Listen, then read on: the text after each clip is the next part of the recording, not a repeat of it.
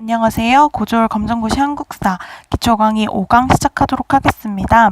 고려는 조선 다음으로 시험 출제 빈도가 가장 높은 시대 중에 하나라서 두 시간으로 쪼개서 이제 수업을 하고 있습니다. 먼저 고려의 대외 항쟁인데, 고려 같은 경우는 918년에 건국되어서 1392년에 조선이 건국되어서 이제 고려가 멸망할 때까지 한 100년 단위로 상대를 달리하면서 이제 전쟁을 굉장히 오랫동안 치루었던 그런 나라입니다. 일단 이제 고려가 만들어지고 가장 먼저 고려를 괴롭혔던 나라가 거란인데, 거란은 이제 거란 민족을 뜻하는 말이고, 이들이 이제 세운 나라 이름이 요나라예요. 그래서 그냥 어디에서 보시다가 이런 것들 나올까봐 그냥 참고 삼아 알아두셨으면 해서 써두었고요. 고려는 거란과 크게 이제 세 차례 전쟁을 치르게 됩니다. 그래서 1차 같은 경우는 가장 유명한 서희라는 분의 외교 담판을 통해서 피 한 방울 흘리지 않고 강동 6주를 획득합니다. 이 강동 6주는 지금의 압록강변이에요. 그래서 한 요 정도 여기 해당하는 이제 부분입니다. 네. 그 다음에 이제 2차 때는 이제 양규라는 분이 활약을 했다. 근데 2차 침입 같은 경우는 시험에 나온 적이 단 한 번도 없어요. 2005년 이후로. 그래서 일단은 그냥 그렇구나 하고 넘어가시면 될 것 같고, 이제 3차는 이제 그 유명한 강감찬 장군의 귀주대첩입니다. 귀주대첩의 귀주 같은 경우는 강동 6주 중에 하나로 알려져 있어요. 그래서 이렇게 고려랑 거란이랑 관련해서는 1차하고 3차 그 부분이 이제 시험에 많이 나오니까 좀 꼭 기억해 두시기 바라고, 그 다음에 이제 10세기부터 11세기까지 고려를 괴롭혔던 거란 침입 이후에 여진이 이제 쳐들어옵니다. 여진 같은 경우는 말을 이제 잘 타고 다녀서 이제 기마 부대가 잘 만들어졌다고 해요. 근데 보병이 중심이었던 고려는 이제 매번 당하기 일쑤여서 윤관이라는 사람이 건의를 해서 별무반이 만들어져요. 그래서 별무반 같은 경우는 보병, 우리가 전통적으로 이제 가지고 있었던 보병, 그 다음에 기병, 그 다음에 승병인데, 기병 같은 경우는 여진의 기마병을 이제 대항하기 위해서 만든 게 기병이고, 그 다음 승병은 이제 스님들로 구성되어 있는 부대입니다. 우리나라 불교의 가장 큰 특징 중에 하나가, 국가가 혼란스러울 때, 국가가 이제 위기 상황일 때 스님들도 종교인들도 이렇게 뛰쳐나왔다는 게 가장 큰 특징 중에 하나입니다. 다음으로 이제 여진을 이제 무찌른 다음에 동북구성을 축조해요. 그래서 동북 지역에 9개의 성을 축조하는데, 이제 관리의 문제도 있고, 그 다음에 또 여진 사람들이 계속 돌려달라라고 해서 결국 이제 1년 만에 반환을 하게 됩니다. 근데 동북구성 같은 경우는 지금도 논란이 굉장히 많아요. 그래서 동북구성을 축조했다가 돌려줬다라는 그런 기록은 있지만 정확한 위치는 이제 파악할 수 없고, 다만 이제 현재 역사학자들은 한 두만강 근처가 아니겠느냐 정도로 이제 추측하고 있습니다. 이제 12세기 여진과의 전쟁 이후에 이제 13세기 몽골의 침입인데, 몽골은 한 40년 동안 고려와 전쟁을 합니다. 그러면서 이제 이때가 최씨 무신 정권기였는데, 최충원의 아들 최우때 이제 수도를 개경해서 강화도로 옮기게 되는데, 강화도로 옮기는 이유는 몽골군이 기병 중심이기도 하고, 그 다음에 해전에 약하다는 것을 들어서 강화도로 옮겨요. 그래서 강화도로 이제 옮겼다가 나중에 이제 1270년 정도가 되면은 이제 다시 개경으로 환도하게 됩니다. 몽골과 관련해서는 시험 문제에 많이 출제되는 것 중에 하나가 바로 이 팔만대장경입니다. 40년 동안 전쟁을 치르다 보니까 이런 혼란스러움을 빨리 극복하고 싶은데 어떻게 하면 좋을까라고 해서 국난 극복의 염원을 담아서 부처의 힘으로 이 어려움을 극복해보자라고 해서 팔만대장경인데, 팔만대장경은 장경판이 이제 팔만기여서 팔만대장경이라고 부르고, 목판 인쇄인데도 불구하고 뒤틀린 글자나 잘못된 글자, 빠진 글자가 없을 정도로 굉장히 정교하고 잘 만들어진 그런 목판이라고 합니다. 국보 32호고 지금은 이제 경남에 있는 해인사에 보관 중이고 이제 2007년에 세계 유네스코 기록유산으로 등재될 정도로 굉장히 중요한 우리의 문화재입니다. 뒤에 문제 푸시다 보면 나올 거예요. 자, 다음으로 이제 고려의 경제인데, 고려의 경제와 관련해가지고 토지제도하고 국제무역이 자주 출제돼요. 그래서 역분전은 이제 한 번 출제가 됐는데, 가장 최근에 이제 이번 시험에 나왔었는데, 역분전은 그냥, 고려 거구나 정도만 아시면 돼요. 이거는 이제 태조가, 고려 태조 왕건이 국가를 만든 다음에 후삼국을 통일했을 때 자기를 도와준 신하들에게 얼만큼 나에게 도움을 줬는가를 통해서 이제 땅을 나눠주던 제도가 역분전이에요. 그리고 이제 공을 세운 신하들이 이제 공을 세운 신하들에게 나누어 주고 그 다음에 또 이제 더 이상 나누어줄 신하들이 없어요. 다 나눠져 버렸기 때문에. 그래서 이제 국가의 관리가 된 사람들에게 주던 그런 땅이, 월급처럼 주던 땅이 전시과인데, 전시과는 전지와 시지를 합친 말인데요. 전지는 그 지역에서 나는 원래 이제 10%의 그 생산물을 세금으로 냈어야 했는데, 그거를 이제 그 지역의 어떤 관리에게 주어서 그 지역에서 나오는 세금을 자기 월급으로 걷어서 사용하게끔 했던 거고, 시지는 지금은 이제 뭐 전기나 아니면은 뭐 가스 이런 것들로 난방을 하지만, 과거에는 이제 나무가 굉장히 중요한 난방 자원이었기 때문에 이 시지는 임야를 이제 나누어줘서 땔감을 얻도록 했던 그런 토지제도입니다. 그 다음 공음전 같은 경우는 5품 이상의 관리들에게 지급했던 그 땅인데요. 뭐 일종의 보너스 개념으로 이해하시면 될 것 같고, 그냥 역분전, 전시과, 공음전은 고려의 토지제도다라는 거 정도만 기억하시면 충분히 문제를 푸실 수 있을 것 같습니다. 다음으로 이제 국제무역인데, 국제무역은 개경 근처에 있는 예성강 하구에 병란도를 중심으로 이루어져 있습니다. 병란도는 지금으로 치면 이제 인천공항 같은 역할을 이제 담당하는 곳이고, 가장 무역을 많이 했던 거는 송나라인데, 송나라와의 무역보다는 특기할 만한 점이, 아라비아 상인들이 이제 많이 왔다 갔다고 해요. 그래서 이 아라비아 상인들이 이제 고려에 와서 인삼도 사가고 비단도 사가고 하는 과정에서 이제 아라비아에 돌아가가지고, 자기네 나라 돌아가가지고, 야, 너 이거 어디서 사왔어? 했더니 고려. 그래서 우리나라 이름이 코리아가 된 이유가 이제 고려에서 이제 여기서 왔다라고 이제 알려져 있습니다. 그 다음에 이제 시험에 또 많이 출제가 되었던 부분 중에 하나가 고려의 사회 부분인데요.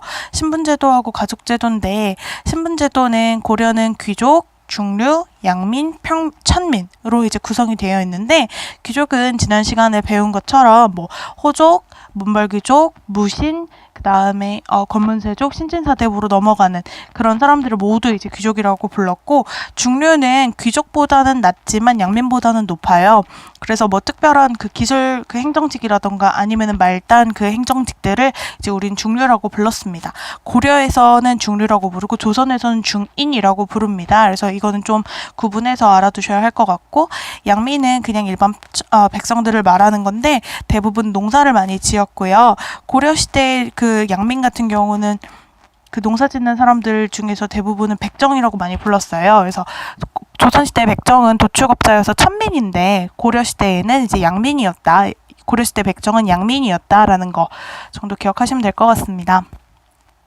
천민은 가장 많은 게 이제 노비인데, 노비 같은 경우는 사람이 아니고 이제 매매, 상속, 증여의 대상이에요. 그래서 노비도 나라에서 일하는 노비는 공노비라고 부르고, 그 다음에 개인에게 소속되어 있는 노비는 사노비라고 하는데, 우리 지난 시간에 배웠던 만적이 바로 최충원의 사노비였습니다. 그래서 노비는 매매, 상속, 증여의 대상이다. 그 다음에 사람이 아니고, 그 다음에 사람이 아니다라는 점. 매매, 상속, 증여의 대상. 독특하게 이제 고려의 신분제도랑 관련해서는 노비에 대해서 이제 많이 출제가 된 거라서 귀족보다는 이제 천민 노비에 이제 좀 더 필기를 집중했습니다. 가족제도도 시험에 많이 출제되는데, 지금 우리가 알고 있는 전통하고는 많이 달라요. 그래서 이제 그 부분에 이제 초점을 맞춰서 기억하시면 좋을 것 같습니다. 제사는 아들, 딸 균분상속이에요. 지금 이제 우리가 전통으로 알고 있는 장자상속하고 큰아들에게 이제 몰아주는 그런 상속하고 조금 다르죠. 그 다음에 태어난 순으로 그 호적에 기록을 했다. 그래서 이제 딸들도 이제 기록을 했다라는 거. 아들이 없는 경우에는 이제 딸이 제사를 지내기도 하고요. 여성의 제가가 자유로웠다. 제가 하면 이제 재혼이죠. 이렇게 이제 우리나라 같은 경우 고려에서 조선 초까지만 해도 이제 여성의 지위가 높았다가 이제 성리학이 강화되고 하면서 여성의 지위가 좀 많이 낮아진 그런 경향이 있습니다. 그래서 이 부분이 시험에 많이 출제가 되니 저희 문제를 풀면서 다시 한번 확인하면서 꼭 기억하셨으면 좋겠습니다. 다음 고려의 문화입니다. 고려의 문화에서 이제 두 스님을 기억해야 되는데 의천하고 진울인데요. 의천은 천태종이라고 하는 불교의 한 종파를 창시하고 진울은 이제 고려 후기에 조계종을 창시합니다. 이름 많이 들어보셨죠? 조계종은 이제 천태종 같은 경우는 의천이 죽은 다음에 거의 이제 무너지다시피 해버리는 이제 지게 되고요. 의천이 이제 왕자 출신이어서 뭐 당시 이제 그 서민들이 바라던 것과는 조금 거리가 있었나 봐요. 그래서 뭐 여러 가지 뭐 이유들로 인해서 천태종은 무너지게 되고 고려 후기에 만들어진 진울의 조계종이 지금까지도 이제 영향을 끼치고 있습니다. 역사책으로는 그 김부식이 저술한 삼국사기인데 많이 헷갈려들 하세요. 그래서 삼국사기의 시옷, 김부식의 시옷 해서 좀 연관지어서 기억하시면 좀 좋지 않을까라는 생각이 듭니다.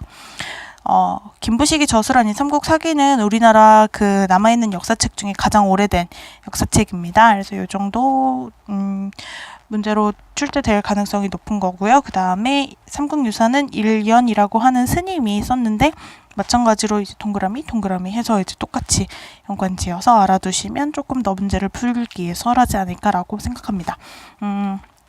김부식은 굉장히 유교 중심에 있어서 실제로 일어나지 않은 뭐 말도 안 되는 전설, 뭐 신화 이런 거는 믿을 수 없다 해서 단 한 글자도 싫지 않았다고 해요. 이제 다만 이런 스님 같은 경우는 여기저기 돌아다니면서 그런 전설이나 신화, 뭐 민담 이런 것들을 많이 실었는데 그 중에 이제 특이할 만한 점이 단군 신화가 삼국유사에는 수록이 되어 있지만 삼국사기에는 수록이 되어 있지 않다는 점 좀 차별을 두어서 기억하시면 좋을 것 같고요.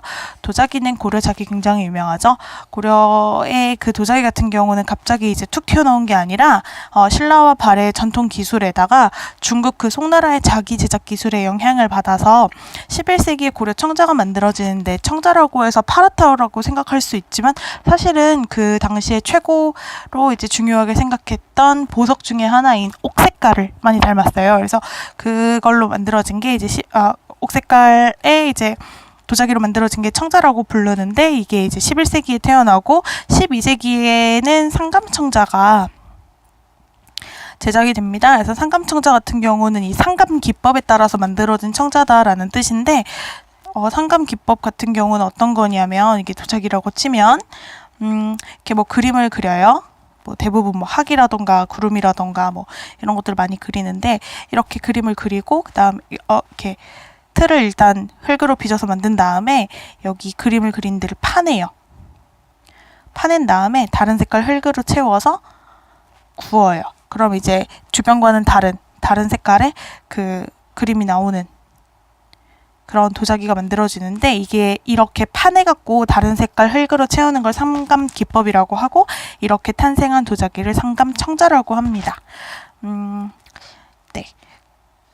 도자기는 여기까지 하면 될 것 같고요. 그 다음 마지막 이제 시험에 많이 나오는 것 중에 하나가 직제심체 요절입니다.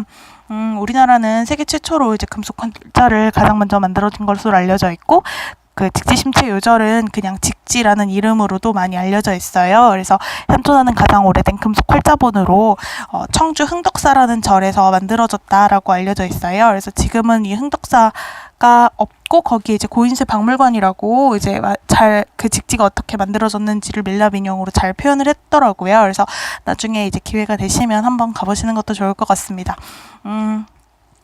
금속 활자는 이제 목판 인쇄물의 그 한계점을 이제 어떻게 보면 극복하기 위해서 만들어진 건데요.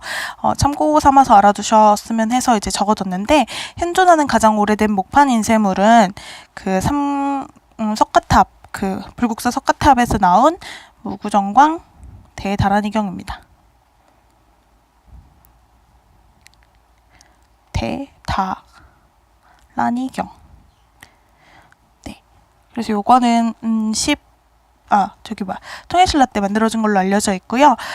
직지 같은 경우는 현재 우리나라에 없지만 무구정광 대다란이경 같은 경우는 우리나라에 현재 남아 있어요. 그래서 요 차이도 있고, 그다음 직지는 어디 있냐면 프랑스 파리에 있는 도서관에 지금 있다고 합니다.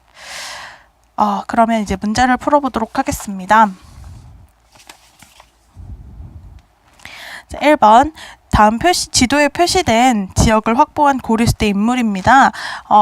지도를 굳이 어딘지 모르셔도 이제 강동육주라고 이제 대놓고 써있죠. 강동육주를 획득한 인물은 서희입니다.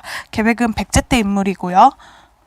그 다음에 최영은 고려 때 인물이긴 하지만 고려 후기 때 인물이고, 권율은 조선시대 인물입니다. 그래서 답은 2번이고요. 그 다음에 2번 가에 들어갈 내용입니다. 옳은 것. 깊은 소식이 들려왔다. 지독하게 고려를 괴롭히던 여진을 정벌한 것이다. 자, 여진과 관련 있는 문제네요. 이번 전투에서 활약한 별무반은 윤관 장군이 건의해서 만들어진 걸로 기병, 보병, 승병으로 구성되어 있다. 고려는 여진을 정벌한 후에 이 지역에 뭘 쌓았다? 답은 4번 동북구성입니다. 천리장성은 우리나라 역사에 사실 2번 있는데 아까 언급을 할까 말까 하다가 넘어갔는데요. 거란 침입 이후에 이제 북방 침입의 민족의 그 침입을 대비해서 지도로 보면 좋을 것 같네요. 이런 식으로 해서 천리장성을 쌓아요. 네. 그래서 천리장성 고려 때는 이렇게 쌓았고, 그 다음에 그 고구려 때는 세로로 이제 쌓았습니다. 이건 당나라를 이제 당나라로부터 고구려를 지키기 위해서 쌓았던. 그래서 고구려와 고려 모두 다 이제 천리장성을 쌓긴 했지만 여진하고는 관련이 없기 때문에 답은 동북구성입니다. 다음 3번입니다. 다음 사실의 원인을 제공한 이민족은입니다. 수도를 개경해서 강화도로 옮기게 했고요. 그 다음에 국난 극복에 염원을 담아서 8만 대장경을 제작하게 한 우리를 괴롭혔던 민족은 답은 3번 몽골족입니다.